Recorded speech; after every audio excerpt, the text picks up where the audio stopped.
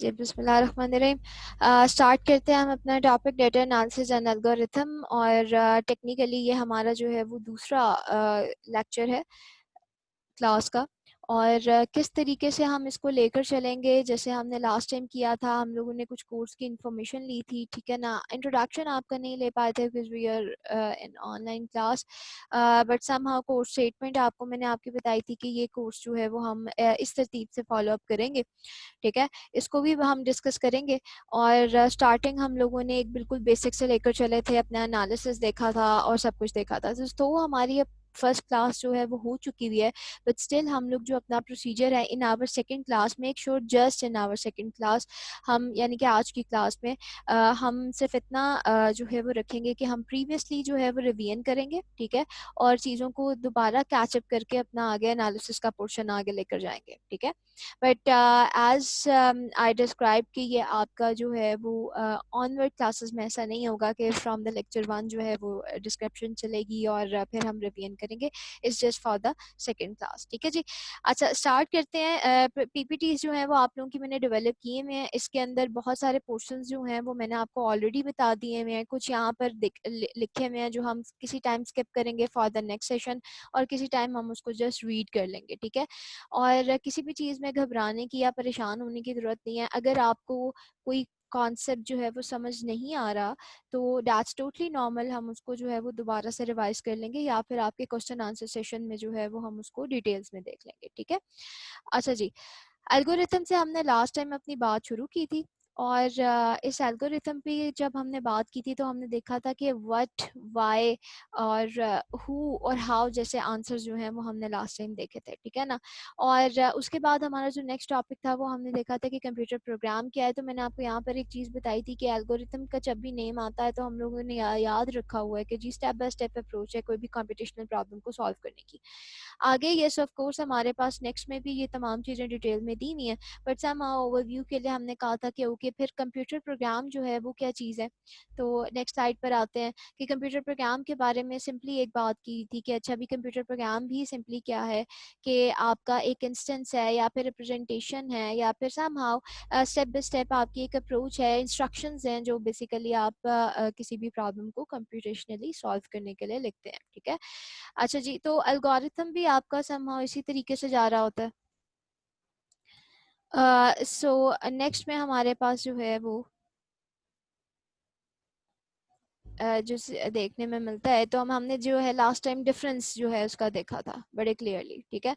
तो डिफरेंस जब हमने देखा था तो हमने बात की थी कि कंपैरिजन की के कंपैरिजन के जरिए जो है वो हम एल्गोरिथम की इंपॉर्टेंस को देखेंगे, ठीक है।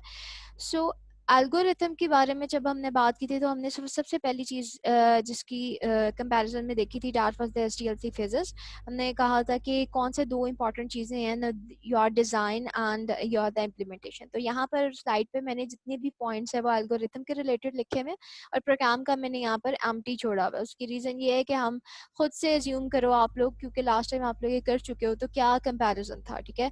एसडीएलसी फेजेस में जो डिज़ाइन था, ठीक है, हम यही कहते थे ना कि डिज़ाइन हमारा बेसिकली क्या है, वो एल्गोरिथम वाला पार्ट है। सबसे पहले हम ये करते हैं जब हम श्योर हो जाते हैं कि ना okay this is the best design जो कि हमें हर लिहाज से बेनिफिट प्रोवाइड कर रहा है, तो देन हम किसकी तरफ बढ़ते हैं, इम्प्लीमेंटेशन की तरफ। तो डिज़ाइन जो है वो बेसिकली आपका एल्गोरिथम का फेज़ है और इम्प्लीमेंटेशन ओवर हियर यहाँ पर आपका प्रोग्राम का फेज़ था, ठीक है। और डिज़ाइन टाइम पर आप टोटल जो है वो प्रोग्राम्स नहीं लिखते, ये हमने लास्ट टाइम मैंने चीज़ें आपको बता दी नहीं है। टोटल प्रोग्राम्स लिखने के बजाय आप लोग जो हो वो सिंपल क्या करते हो, एक डिज़ाइन क्रिएट करते हो, सिर्फ ऐसी लैंग्वेज में डिज़ाइन क्रिएट करते हो, स्टेप बाय स्टेप स्टेटमेंट लिखते हो जो आपकी प्रॉब्लम को सॉल्व कर रहे हैं इन सिंपल अंडरस्टैंडिंग लैंग्वेज, ठीक है। अच्छा जी, सो दूसरी चीज़ जो हमने की थी वो आपका क्या था, डिज़ाइन टाइम। तो मैं यहाँ पर एक सिंपल सा व्यू था कि आप बेसिकली एल्गोरिथम को कहाँ पे लिखते हो, डिज़ाइन टाइम पे लिखते हो, ठीक है। और प्रोग्राम जो है वो कहाँ पे लिखते हो, आप इम्प्लीमेंटेशन टाइम पे लिखते हो।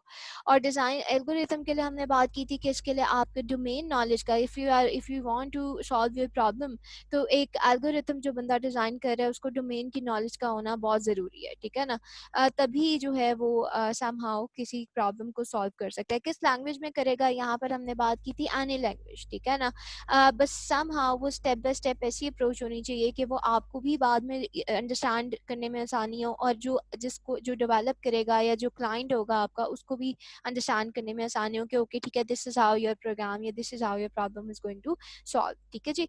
और अगर हम उसके अपोजिट साइड पे बात करें प्रोग्राम की, तो हमारा जो है वो लैंग्वेज हम टिपिकली जो है वो पर्टिकुलर प्रोग्रामिंग लैंग्वेज यूज़ करता है। डिपेंड्स कि कौन सी लैंग्वेज हमें उस पर्टिकुलर प्रॉब्लम के लिए सॉल्व करने में मदद देगी, ठीक है जी। हार्डवेयर एंड सॉफ्टवेयर इंडिपेंडेंट होता है algorithm, you don't care about the hardware, you don't care about the software somehow, ठीक है। और इस पे आप ये नहीं देखते हैं कि अच्छा ये चीज़ चलानी है, एल्गोरिथम चलाना है या एल्गोरिथम समझना है तो उसके लिए इस हार्डवेयर का होना तो लाजमी है, ठीक है। No, but somehow when you are writing a program तो उसमें आप ये चीज़ें देखते हो, ठीक है।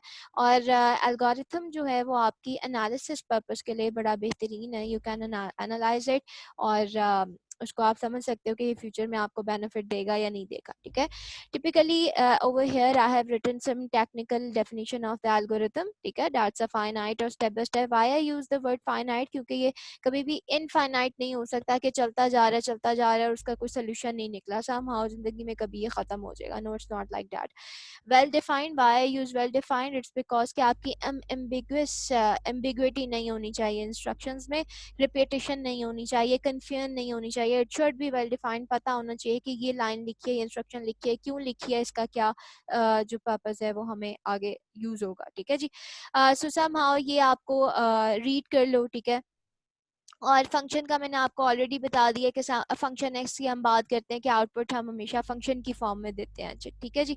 तो किसकी बात हो रही है फंक्शन में वो आगे हम डिटेल में देखते हैं। सो somehow it's somehow algorithm definition जो कि आपको रीड करनी है फ्रॉम द स्लाइड या व्हाटएवर फ्रॉम योर नोट्स जो आपको प्रोवाइड किए जाएंगे।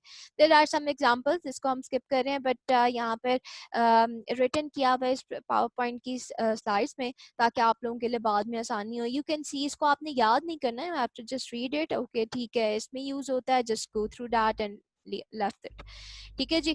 कुछ प्रॉपर्टीज हैं हमने लास्ट टाइम डिस्कस की थी, ठीक होना चाहिए आपका एल्गोरिथम में। अगर आपका एल्गोरिथम में जो है प्रॉब्लम्स होंगी तो इट डेफिनेट के आपके प्रोग्राम में भी प्रॉब्लम होंगी, ठीक है ना। और समहाउ हम सीरीज ऑफ स्टेप्स लिखते हैं, one by one step by step approach use करते हैं, जिसमें हम बताते हैं ओके ठीक है एट फर्स्ट जो है वो ये काम होगा और एट सेकंड जो है वो ये काम होगा, and at the end after some finite number of instructions और द स्टेप्स आपका प्रोग्राम या आपका एल्गोरिथम जो है वो क्या होना चाहिए, टर्मिनेट होना चाहिए, कि यहाँ पर जो है टर्मिनेट होगा और इधर मुझे मेरे प्रॉब्लम का सोल्यूशन मिलेगा in the form of my output, ठीक है। कुछ करेक्टरिस्टिक्स हमने देखी थी कि इनपुट जो है वो आपके प्रोग्राम में लाजमी होगी, ठीक है। और मैंने आपको यहाँ पे बात की थी कि या तो ये जीरो या फिर एक से जीरो से ज़्यादा इनपुट ले सकता है। और आउटपुट के बारे में हमने ये बात की थी कि एटलीस्ट इसकी कोई ना कोई एक आउटपुट लाजमी ये जो आपका एल्गोरिथम जनरेट करना ही चाहिए, ठीक है ना। और जिस तरह मैंने आपको लास्ट टाइम एग्जांपल दी थी आपके फंक्शन की कि somehow it could return any value, ठीक है। तो आउटपुट आपकी कोई इतनी सिंपल भी हो सकती है जैसे येस और नो, या फिर in the form of any value भी हो सकती है, ठीक है। डिफाइनाइटनेस में आपको मैंने पहले भी बताया था कि हर स्टेटमेंट का एक एग्जैक्ट और सिंगल मीनिंग होना चाहिए, ठीक है। कोई एम्बिग्विटी ना हो, ऐसा ना हो कि आपको ही ना पता हो कि ये लाइन आपने क्यों लिखी है या किस चीज़ का रिजल्ट दे रही है, ठीक है। तो कैसे वो प्रोग्राम में चेंज होगी और मशीन कैसे सॉल्व करेगी। If you as a human can not solve anything then how you can expect कि आपकी मशीन उसको जो है वो सॉल्व करके देगी, ठीक है जी। और फाइनाइटनेस में यही बात की थी कि at least finite number of steps होंगे और ये एट दी एंड जो है वो ख़त्म होना बहुत ज़रूरी है, ठीक है जी। So somehow if we move, तो यहाँ पर आपके स्लाइड पे कुछ ब्रीफ हिस्ट्री दी हुई है, I am not going to read that right now, और आपको भी इसको रट्टा नहीं मारना, याद नहीं करना है, जस्ट फॉर योर इन्फॉर्मेशन के लिए यहाँ पर लिखी हुई है, ताकि आपको पता लगे आपकी मुस्लिम हिस्ट्री का कि बेसिकली हमारे वो मैथमेटिशियंस थे ख्वारज़मी एंड डिफरेंट मैथमेटिशियन जिन्होंने इसकी बेस स्टार्ट की थी, ठीक है। So we are the ones as a Muslim, और वी आर द वंस जिनकी हिस्ट्री में ये सारी चीज़ें मौजूद हैं, ठीक है। So you can read your legends जिन्होंने ये काम सारे परफॉर्म किए थे। अरिथमेटिक को सॉल्व करने के जो रूल्स निकाले गए थे वो बेसिकली अल ख्वारज़मी के गोल्डन प्रिंसिपल से ही हमें मिलते हैं। कैसे एक बड़ी प्रॉब्लम को छोटे से छोटे में प्रॉब्लम में डिवाइड करना, जिसको आज हम डिवाइड एंड कॉन्कर कहते हैं, ठीक है। सो दीज आर ऑल जिसकी बेसिक जो है वो हमें पहले मिलती है, अगर आप चाहें तो इसको रीड कर सकते हैं, ठीक है। सो अगेन यहाँ पर हमने जब बात की थी डेटा स्ट्रक्चर की, मैं इसको स्लाइड्स पे मैंने यहाँ डिफाइन कर दिया है। हम बेसिकली हमने बात की थी पहले कि हम कहाँ से होकर आए, तो मैंने एक सिंपल सी लाइन आपको बोली थी कि डेटा स्ट्रक्चर आपने सिंपल ये याद रखना है कि कोई भी चीज़ जो आपका डेटा को स्टोर कर सकती है, इट मीन्स कि वो क्या है, आपका डेटा स्ट्रक्चर है, that's the end of your story, ठीक है। तो बेसिकली हम यहाँ पे करता है क्या है, डेटा को कलेक्ट करते हैं, उसको ऑर्गेनाइज करते हैं, इस तरीके से ऑर्गेनाइज करते हैं कि उसको हम इफेक्टिव वे में आगे यूटिलाइज कर सकें, ठीक है जी। तो ये तमाम चीज़ें किस में आती हैं, ये आपके डेटा स्ट्रक्चर में आती हैं, ठीक है। और मकसद सिर्फ इतना है कि हम इस तरीके से उसको डिज़ाइन कर सकें कि हमारी कॉम्प्लेक्सिटी जितनी से जितनी रिड्यूस हो सकती है वो हो जाए, और एफिशिएंसी जो है वो जितनी से जितनी ज़्यादा प्रोड्यूस हो सकती है वो हो जाए, ठीक है। इतने सिंपल भी थे हमारे डेटा स्ट्रक्चर जो डाटा को स्टोर कर सकते थे, जिसमें हमारे इंट और फ्लोट कुछ प्रिमिटिव डेटा टाइप्स आ रही थी, ठीक है। और इतने कॉम्प्लेक्स भी हमने देखे जो हमारे लार्ज और कनेक्टेड स्टेट्स होती थी, डाटा लार्ज इनको डेटा को कनेक्ट करती थी आपस में, ठीक है, with the help of some procedures जो आपने डेटा स्ट्रक्चर में पढ़े थे, जो आप यहाँ पर भी उसको डिस्कस करोगे। ठीक हो गया जनाब। सो सम हाउ ये जो फ्यू स्लाइड्स हैं इसकी सिर्फ आपको कुछ एग्जांपल्स दे रही हैं आपके डेटा स्ट्रक्चर की। There arrays, linked list, trees, you don't have to just revise this, ये सिर्फ आपने देखने हैं और जस्ट मूव कर जाना, it's just an example in your slides, ठीक है। And at the end now you are on the algorithm, जहाँ पे आपको प्रॉब्लम मिलती है आप उसको सीक्वेंस इंस्ट्रक्शन में डिस्क्राइब करते हो, बताते हो कि ये काम कैसे सॉल्व होगा, ठीक है, और देन आप उसको ट्रांसफर करते हो अपनी हाई लेवल प्रोग्राम में। अगेन जो चीज़ें मैं आपको ऑलरेडी पहले बता चुकी हूँ, ये उसकी एक्सप्लेनेशन छोटी करके लिखी हुई है, आप चाहो तो इसको रीड कर सकते हो। मैंने ऑलरेडी हमने डिस्कस कर लिया difference between algorithm and program, हमने ऑलरेडी डिस्कस कर लिया व्हाई एल्गोरिथम आर यूजफुल, ठीक है। हमने ऑलरेडी डिस्कस कर लिया कि प्रॉब्लम सॉल्विंग प्रोसेस क्या होता है, लास्ट टाइम हमने ये देखा था, ठीक है ना। और समहाउ हम कहाँ पर लाई कर रहे हैं, यहाँ पर लाई कर रहे हैं डिजाइनिंग स्टेट में, ठीक है, जिसमें हम अपना एल्गोरिथम डिजाइन करते हैं, उसको कुछ इनपुट दे सकते हैं, उसको वो आउटपुट निकालता है, कुछ स्टेप्स पे के ऊपर क्या होता है वो मोहित होता है, और हम एट द एंड उसका एनालिसिस करते हैं। This is a very important point for the today's lecture, जिसके थ्रू हम ये पता लगाते हैं दो चीज़ों का कि क्या करेक्टनेस है, ठीक है, एट द एंड क्या ये वाकई में जब इसको हम इतना बजट लगाकर अपने प्रोग्राम में चेंज करेंगे, अपने इम्प्लीमेंटेशन में चेंज करेंगे, एक प्रोडक्ट तैयार करेंगे तो उसके वैसे ही रिजल्ट्स देगा जैसे हमने एक्सपेक्ट किए थे, ठीक है। और समहाउ ऐसा भी ना हो कि आपकी जो है extreme amount of space use हो रही हो, एक्सट्रीम अमाउंट ऑफ टाइम लग रहा हो उस प्रॉब्लम को सॉल्व करने के लिए, तो हम उसको ऑप्टिमल सोल्यूशन नहीं कहते हैं, ठीक है। तो ऑप्टिमल सोल्यूशन वही होता है जो मिनिमम से मिनिमम टाइम पे जो है वो आपका रिजल्ट प्रोड्यूस करे। तो this is where we are lying in our whole process, ठीक है, जो कि डिफरेंट स्टेप्स पे जो है वो ओके। सो अगेन ये चीज़ें आप रीड कर सकते हो। एनालिसिस ऑफ एल्गोरिथम का यहाँ पर जिक्र हो गया है, ठीक है। हम बेसिकली सेवरल पॉसिबल एल्गोरिथम में से निकालते हैं अपनी किसी पर्टिकुलर प्रॉब्लम के, और उसमें से हम चूज करते हैं कि एफिशिएंट कौन सा है, ठीक है ना। और हम जाहिर सी बात है दो चीज़ें यहाँ पर डिस्कस करेंगे, दो क्राइटेरियाज को, आपका एक रनिंग टाइम के कितने स्टेप्स उसके अंदर लिखे हुए हैं और हर स्टेप को सॉल्व करने का कितना टाइम लग रहा है, ठीक है। सो समहाउ आपका हम दोनों में से किस पे फोकस करते हैं, ज़्यादातर टाइम पे फोकस करते हैं। दो टर्म्स आपको जब आप बुक्स पढ़ोगे, बुक्स की तरफ जाओगे, तो दो टर्म्स आपको लिखी भी नजर आएंगी, ठीक है, जो बेसिकली अप्रोचेस हैं कि आपने जब आपने अपने एल्गोरिथम की एफिशिएंसी को मेजर करना है तो कौन सी दो एसेंशियल अप्रोचेस यूज होती हैं। एक को आप कहते हो एम्पेरिकल एनालिसिस और दूसरे को आप कहते हो थ्योरेटिकल एनालिसिस, ठीक है।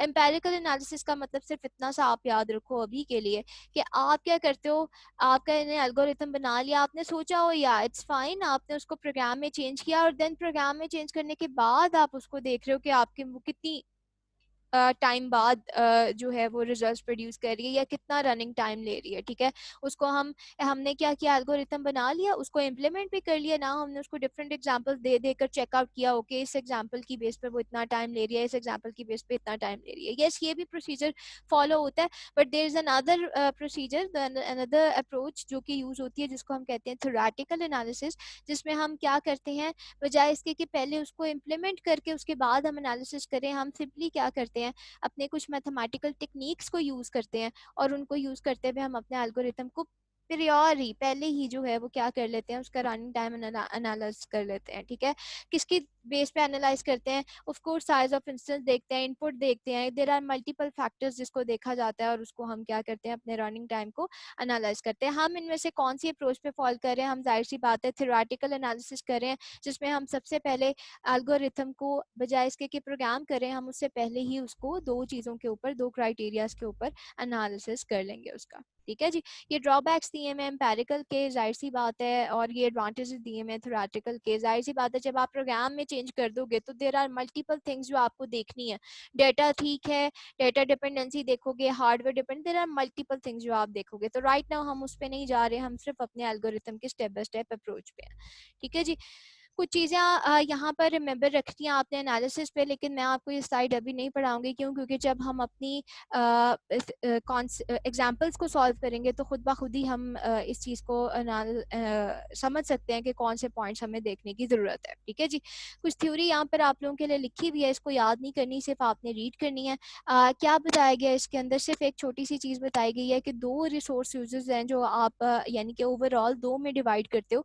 एक तो देखते हो कि आपका प्रोग्राम जो है वो कितनी स्पेस लेगा, कितनी मेमोरी लेगा, और दूसरा आप देखते हो कि आपका प्रोग्राम जो है वो कितने टाइम लेगा आपके रिजल्ट प्रोड्यूस करवाने के लिए। तो ये दो रिसोर्सेज हैं बेसिकली। ठीक है, जिसमें टाइम टेकन बाय एल्गोरिथम का क्या मतलब है? जाहिर सी बात है, आप पहले से देखते हो कि आपकी मशीन जब इस एल्गोरिथम के ऊपर इम्प्लीमेंट करेगी तो कितना आपका सिस्टम जो है वो टाइम लेगा इसको प्रॉपरली, इस प्रोग्राम को सक्सेसफुली एग्जीक्यूट करने में। ठीक है ना, आफ्टर पोस्ट ए पोस्टेरियर एनालिसिस वही है जो मैंने आपको बताया कि आप इम्प्लीमेंट कर देते हो, फिर बाद में एक डिफरेंट एग्जांपल के साथ चेक करते हो कि अच्छा कितना टाइम ले रहा है। ठीक है, और ए प्रियोर एनालिसिस ये होता है कि आपने इम्प्लीमेंट नहीं किया, बिफोर इम्प्लीमेंटेशन ही आप सिर्फ अपने एल्गोरिथम को ही एनालिसिस करके देख रहे हो। तो हम कहाँ पर हैं? हम ए प्रियोरी अप्रोच यूज कर रहे हैं अपने परफॉर्मेंस को एनालाइज करने के लिए। ठीक है जी, किस तरीके से ये काम होता है? डेफिनेटली हम दो ही चीजें देखते हैं कि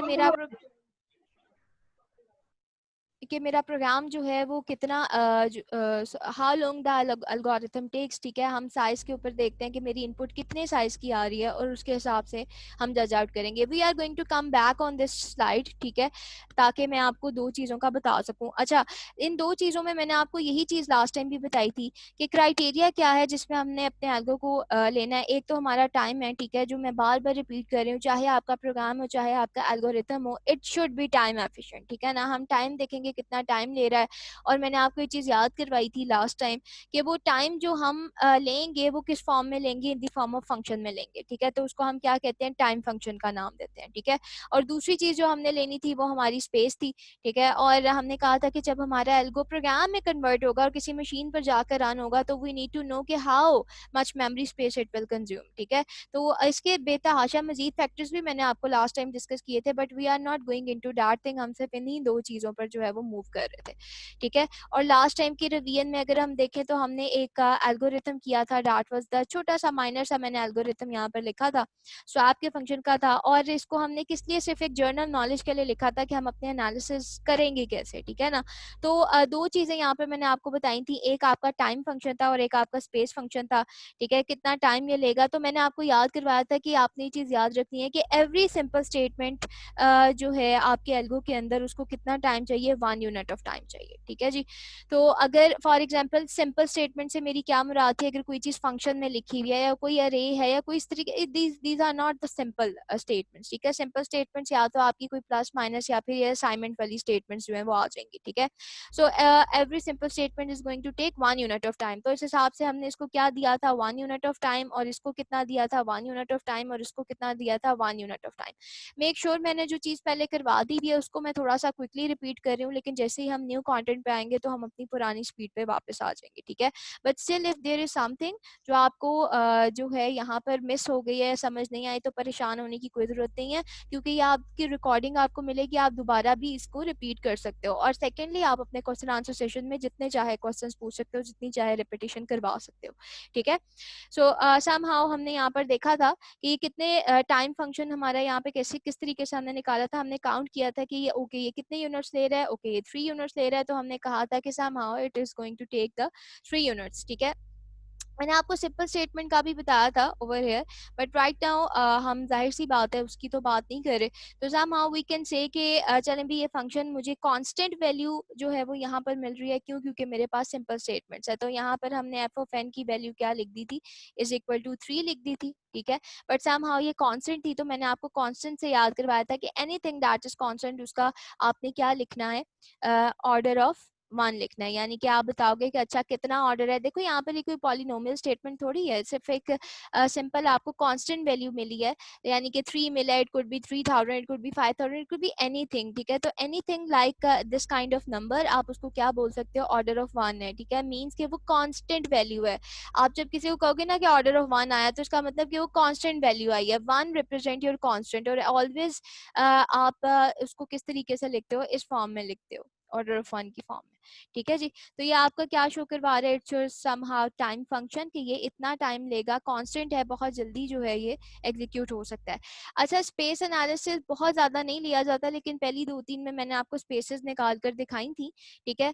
और बाद वाली में हम इसको जाहिर सी बात है थोड़ा स्किप कर देंगे, क्योंकि सबसे ज़्यादा स्पेस जो होती है ना वो मल्टीपल फैक्टर्स पे डिवाइड होती है, ठीक है। वी डोंट नो फोर के भाई वो डिपेंड करता है ज़ाहिर है कि आप कौन सी मशीनरी यूज़ कर रहे हो, कौन सी नहीं कर रहे हो। तो मैंने पिछली स्लाइड्स पे उसके बारे में लिखा हुआ है, बट समहाउ एक दो में हम लिख लेते हैं कि स्पेस एनालिसिस में जब भी आप देखते हो तो आपने देखना होता है कि कौन कौन से वेरिएबल आपके यूज़ हो रहे हैं, ठीक है। तो वो आपके स्पेस पैरामीटर्स बन जाते हैं। जैसे इसके अंदर हमने देखा था कि हमारा ए यूज़ हो रहा है, ठीक है, ए इसमें पैरामीटर है, अगेन सिंगल है तो ये 1 यूनिट लेगा। बी पैरामीटर यूज़ हो रहा है, ठीक है, वेरिएबल सिंगल है तो ये 1 यूनिट लेगा। इसी तरह टेम्परेरी का वेरिएबल यूज़ हो रहा है, सिंगल है तो ये क्या लेगा, 1 यूनिट लेगा, ठीक है। ओवरऑल ये कितना बन गया, अगेन इसको भी हम एक फंक्शन की फॉर्म में लिखेंगे, और ये कितना हो गया मेरे पास, 3 हो गया, ठीक है। सो वही बात क्या आ गया, कांस्टेंट दोबारा आ गया। तो यू कैन से कि it is order of 1 means it is constant, and 1 represent basically this 1 is going to represent as a constant, ठीक है। तो each statement that is taken as 1 unit of time, तो आप उसको simply क्या कहते हो कि ये ऑर्डर ऑफ 1 है, ठीक है, कांस्टेंट है। इसी तरीके से स्पेस में हर वेरिएबल जो है वो आप किसके तौर पे ट्रीट करते हो कि आपका 1 वर्ड है। मैंने लास्ट टाइम भी बताया था कि बाइट क्यों नहीं करते, क्योंकि we at the time of designing we don't know कि इसको हम बाद में बाइट्स की फॉर्म में लेंगे या वर्ड की फॉर्म में लेंगे, या किस इंटीजर होगा, फ्लोट होगा, व्हाटसोएवर, ठीक है जी। सो ये इसका एनालिसिस था, ठीक है। और समहाउ हमारे पास एक दूसरी एग्जांपल थी जिसको हमने जिस पे बेसिकली लर्न किया था, ठीक है। एक एल्गो बेसिकली हमने लिया था जिसमें हम देखेंगे कि कौन सा मेथड जो है वो यूजफुल है, ठीक है। तो हमने क्या करना है, एल्गो की बेसिकली टाइम कॉम्प्लेक्सिटी फाइंड करनी है। अगर ये आपको दे दिया गया है तो इसमें आपने नोट करना है कि कर क्या रहा है ये एल्गोरिथम, ठीक है। तो ये सिंपली क्या कर रहा है, this particular algo is for finding the sum of all elements in your अरे, ठीक है। अच्छा, अरे कहाँ पर है, हमने कहा था दिस वन इज योर अरे, ठीक है। और एन क्या रिप्रेजेंट कर रहा है, तो हमने कहा था दिस एन इज रिप्रेजेंटिंग कि कितने एलिमेंट्स जो है वो बेसिकली अरे में आपके होंगे, ठीक है।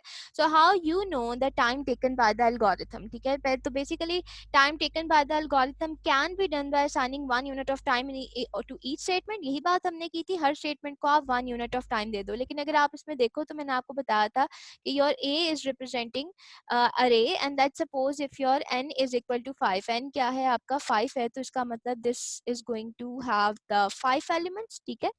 तो यहाँ पर ये एक फैक्टर आ रहा था।